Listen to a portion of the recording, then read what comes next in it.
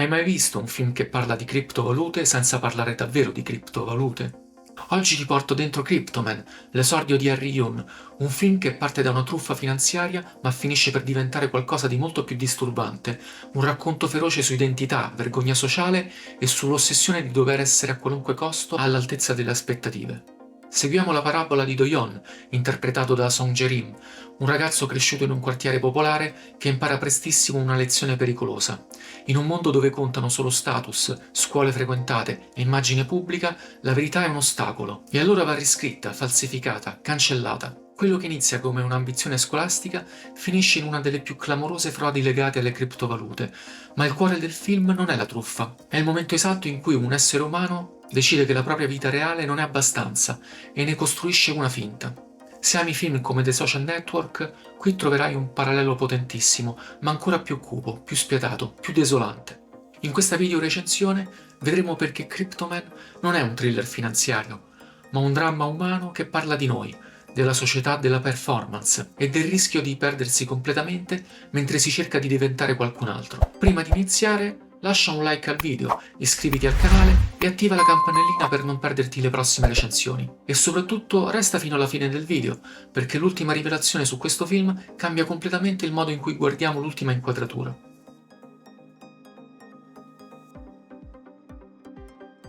In Cryptoman è il 1998 e una sciamana avverte Okja, interpretata da So Hee-jun, che suo figlio Do-yeon è posseduto da uno spirito ingordo e stupido e che, per garantirgli un futuro, dovrà portarlo a sud del fiume, nel prestigioso distretto scolastico di Daejeon.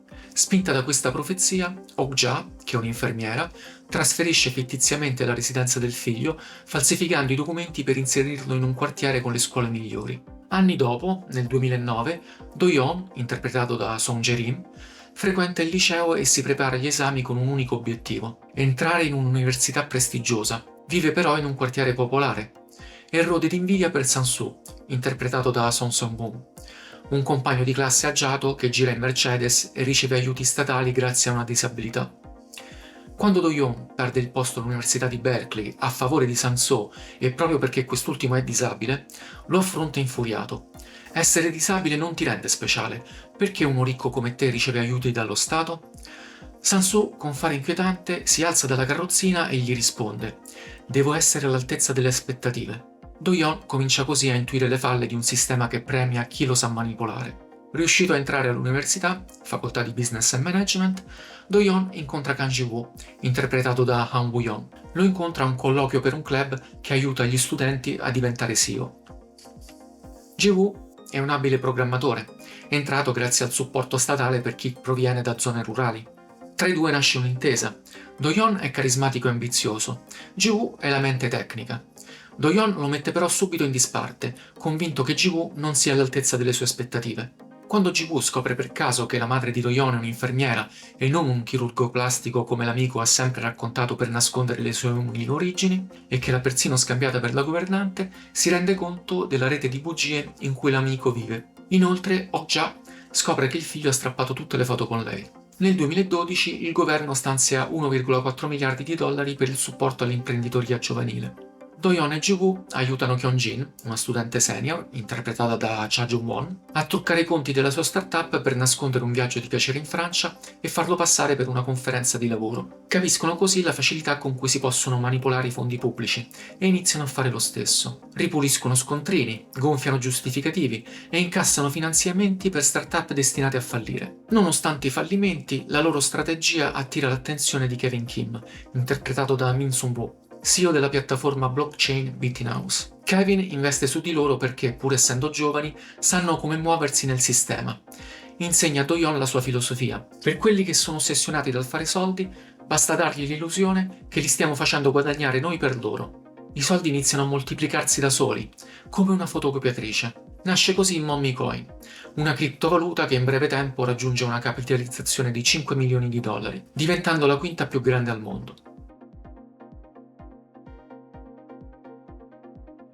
Cryptoman di Harry Yoon racconta l'ambizione smodata di chi ha falsificato la propria vita pur di essere all'altezza delle aspettative. La regista Ri-Yun, al suo esordio nel lungometraggio, sceglie di raccontare la vertigine delle criptovalute non come un thriller finanziario, piuttosto come un dramma umano sull'identità, sulla vergogna e sul bisogno feroce di diventare qualcun altro. E lo fa prendendo spunto da un episodio realmente accaduto. Il risultato è un'opera che spiazza per la sua sobrietà, che rifiuta le lusinghe del cinema di intrattenimento per abbracciare un registro asciutto. Affida la sua forza non ai colpi di scena, ma all'accumulo progressivo di dettagli rivelatori. La Corea del Sud che Cryptoman mette in scena è un paese in cui il successo non è un'opzione, ma un imperativo, e in cui la distanza tra chi ce l'ha fatta e chi no si misura in quartieri e in scuole frequentate. Daejeon, il distretto delle migliori scuole, è il miraggio che muove la madre di Do-yeon fin dalla prima scena.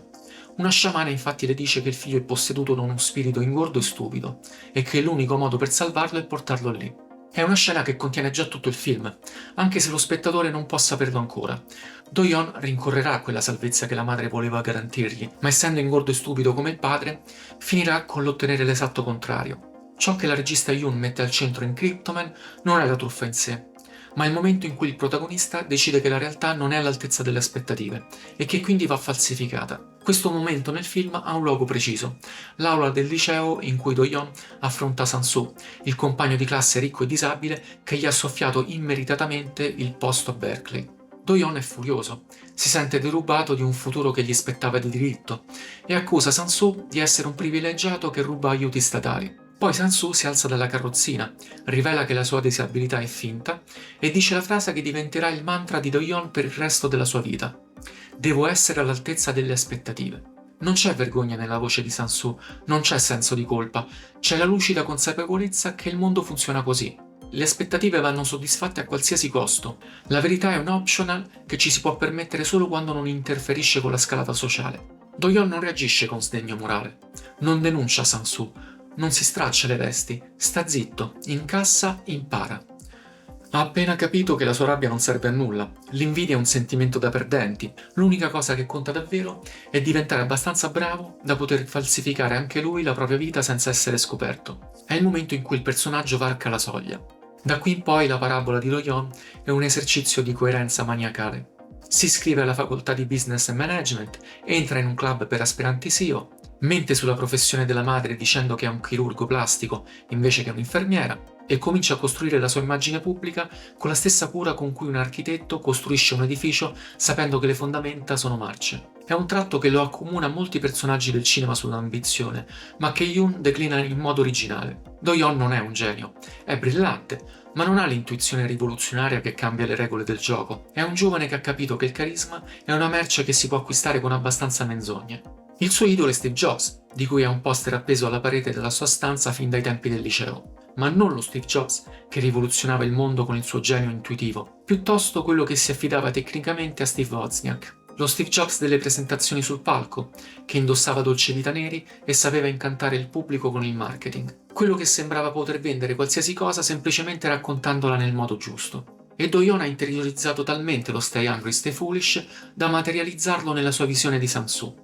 L'incontro con Kang Ji-woo, il programmatore che diventerà il suo socio, il suo Wozniak, è l'altro passaggio chiave. Anche Ji-woo è proveniente da una famiglia di origini modeste, di cui però non se ne vergogna, al contrario di Do-yeon che finirà col metterlo in disparte dopo averlo usato per le sue doti di programmatore. Come nelle foto di gruppo, dove Ji-woo è sempre fuori fuoco. Nelle riunioni è quello che parla meno, nelle decisioni è quello che viene consultato dopo. E quando scopre che Do-yeon ha mentito su tutto, anche sulla madre, finirà col distaccarsi dal socio, ancor prima di essere estromesso dall'azienda. La madre Ok-ja è il personaggio più tragico del film. È un'infermiera che ha passato la vita a curare gli altri, a falsificare i documenti per dare al figlio un'istruzione migliore, ha accettato di passare per domestica pur di non metterlo in imbarazzo davanti agli altri. Quando scopre che Do-yeon ha strappato tutte le foto in cui compariva, la sua reazione è un dolore profondo. Capisce che Do-yeon vuole che lei non esista, che il quartiere popolare in cui è cresciuto sparisca dalla sua biografia. L'ingresso in scena di Kevin Kim prepara il crollo in seguito all'ascesa vertiginosa. Tra parentesi, il titolo originale di Cryptoman è proprio Crollo. Kim è il mentore che Do-yeon stava aspettando, il padre simbolico che gli insegna la lezione definitiva. Per quelli che sono ossessionati dal fare soldi, basta dargli l'illusione che li stiamo facendo guadagnare noi per loro. I soldi iniziano a moltiplicarsi da soli, come una fotocopiatrice. Mommy Coin nasce in questo contesto. Il film dedica alla sua ascesa lo spazio minimo indispensabile, perché non è lì che sta il cuore del racconto.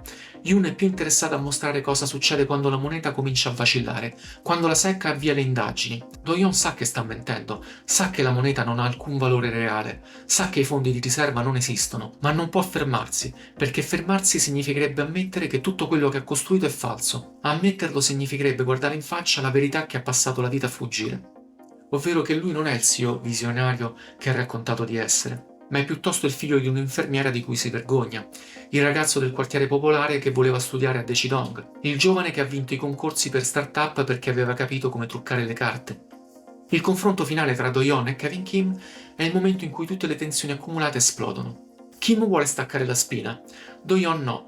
Kim gli ricorda che i soldi di Mommy Coin non sono veri, che li ha creati lui dal nulla e che ora bisogna fermarsi prima di finire in prigione. Do-yeon risponde con la stessa frase che aveva sentito da Sang-soo anni prima: devo essere all'altezza delle aspettative. Solo che ora quella frase ha cambiato significato. Non è più la giustificazione di un truffatore, è il grido di qualcuno che si è perso così a fondo nella propria menzogna da non sapere più chi è. Kim lo guarda e gli dice che hanno scelto lui proprio perché era un fallito, perché aveva collezionato fallimenti su fallimenti, perché era il candidato perfetto per un progetto che doveva fallire. Do-yeon, che aveva passato la vita a credere di essere l'eccezione, scopre di essere stato la regola, un ingranaggio in una macchina più grande di lui, un burattino manovrato da qualcuno che sapeva esattamente come sarebbe andato a finire. Cryptoman si chiude con Do-yeon in fuga, braccato dalle richieste di estradizione di Stati Uniti e Corea del Sud. Kevin Kim viene assolto da tutte le accuse perché era Do-yeon a prendere tutte le decisioni. È un finale che lascia l'amaro in bocca, ma che è perfettamente coerente con tutto quello che Yoon ha raccontato fino a quel momento. Il sistema non punisce chi lo manipola dall'alto, punisce chi si sporca le mani in basso. E Do-yeon, che aveva cominciato la sua scalata convinto di poter diventare uno di quelli che guardano gli altri dall'alto in basso, scopre di essere sempre rimasto in basso, con le mani sporche e nessuno disposto a sporcarsele al posto suo. Poi arriva la rivelazione su Sang-soo. L'avvocato di Do-yeon, ormai in fuga all'estero, gli racconta che quel vecchio compagno di classe non è mai esistito, o almeno non esisteva nessun Sang-soo con una disabilità. Forse era una proiezione, un fantasma mentale, la forma che Do-yeon aveva dato alla propria invidia per tutto ciò che non poteva permettersi, partorito da una mente che aveva bisogno di un nemico per giustificare la propria rabbia. E la frase che Sang-soo gli aveva detto alzandosi dalla carrozzina, devo essere all'altezza delle aspettative, probabilmente l'aveva detta a se stesso. Era la voce della sua stessa ossessione che prendeva corpo. Non è un caso che il film si chiuda con Do-yeon su una sedia a rotelle, quasi a identificarsi con il fantasma del suo arrivismo. Parlo di fantasma perché Sang-soo all'inizio è sempre ripreso di spalle, come una figura inquietante, come se fosse uscito, specialmente per la scena dell'ascensore, dal film horror hongkongese di Ai. Come The Social Network di David Fincher, Cryptoman racconta la nascita di un impero fondato su un'idea che cambia le regole del gioco, ed entrambi lo fanno attraverso la lente di un processo giudiziario che incombe come una spada di Damocle sul presente della narrazione.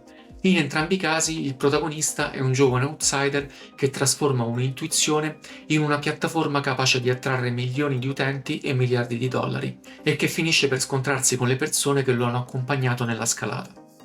Mark Zuckerberg e Yang Do-yeon condividono un certo grado di inadeguatezza sociale e una determinazione feroce che non arretra di fronte a nulla. Entrambi finiscono isolati, soli, circondati da avvocati e nemici, dopo aver perso per strada l'unico amico che avevano. Ma The Social Network è attraversato da una nostalgia implicita per l'amicizia perduta tra Mark e Eduardo Severin, e il suo finale malinconico suggerisce che il successo ha avuto un costo umano che forse non ne valeva la pena. Cryptoman invece non ha nostalgia di niente, perché non c'è mai stata una vera amicizia da rimpiangere. Do-yeon ha usato Ji-woo fin dall'inizio, e Ji-woo l'ho capito troppo tardi. Il finale del film non è malinconico, è desolante. Non c'è un Mark Zuckerberg che guarda lo schermo del computer sperando che l'ex accetti la sua richiesta di amicizia. C'è solo un uomo in fuga, che ha una montagna di soldi ma non potrà mai finire su Forbes. Ed è impossibile, arrivati a questo punto, non guardare l'ultima inquadratura di Do-yeon con uno sguardo diverso, sapendo che a prestargli il volto è stato Son Jae-rim, morto suicida poco dopo la realizzazione di Cryptoman. Quella figura sola, smarrita, in fuga in un non luogo senza identità, finisce per sovrapporsi in modo inquietante alla realtà, aggiungendo al film un livello di lettura che Harry Yoon non poteva prevedere, ma che oggi risuona con una forza dolorosa. Il corpo dell'attore, già così trattenuto, così contratto per tutta la durata del racconto, sembra caricarsi a posteriori di un peso ulteriore. Non è più soltanto il ritratto di un uomo che ha perso se stesso dentro una menzogna, ma l'immagine di una fragilità che trabocca dallo schermo e si deposita nello spettatore. Come in The Social Network, il percorso di ascesa tecnologica si chiude in solitudine, che è il vero prezzo del successo. Ma se Fincher lasciava uno spiraglio di malinconia umana, Kryptoman non concede alcuna consolazione. Non c'è amicizia da rimpiangere, non c'è amore da recuperare, non c'è passato a cui tornare. C'è soltanto un uomo che ha passato la vita a voler essere all'altezza delle aspettative della società, fino a smarrire completamente la propria. Il film allora finisce per parlare di qualcosa che va oltre la truffa, oltre le criptovalute, oltre la critica sociale. Parla del momento in cui l'identità diventa una performance continua e del rischio mortale che si corre quando non si è più capaci di distinguere tra ciò che si è e ciò che si finge di essere. L'ultima immagine non è quella di un colpevole braccato, ma quella di una persona che non ha più un posto nel mondo. E forse è proprio qui che Kryptoman trova la sua verità più amara, non nel denaro inventato, non nelle menzogne raccontate, ma nel vuoto che rimane quando si è cercato per tutta la vita di essere qualcun altro, scoprendo troppo tardi di non essere mai stato nessuno. Dopo quell'ultima inquadratura, capiamo che Do-yeon non ha perso tutto alla fine, aveva perso se stesso molto prima, nel momento in cui ha deciso che la realtà non era abbastanza e andava riscritta. Se questa analisi ti è stata utile, lascia un mi piace al video, per te è un gesto di un secondo, ma per il canale fa davvero la differenza. Iscriviti al canale e attiva la campanellina per non perderti le prossime video recensioni, perché continueremo a parlare di cinema che non si limita a intrattenere, ma che lascia addosso qualcosa anche dopo i titoli di coda. E adesso voglio sentire la tua opinione. Cosa ne pensi di Cryptoman? Scrivimelo nei commenti, così ne parliamo insieme.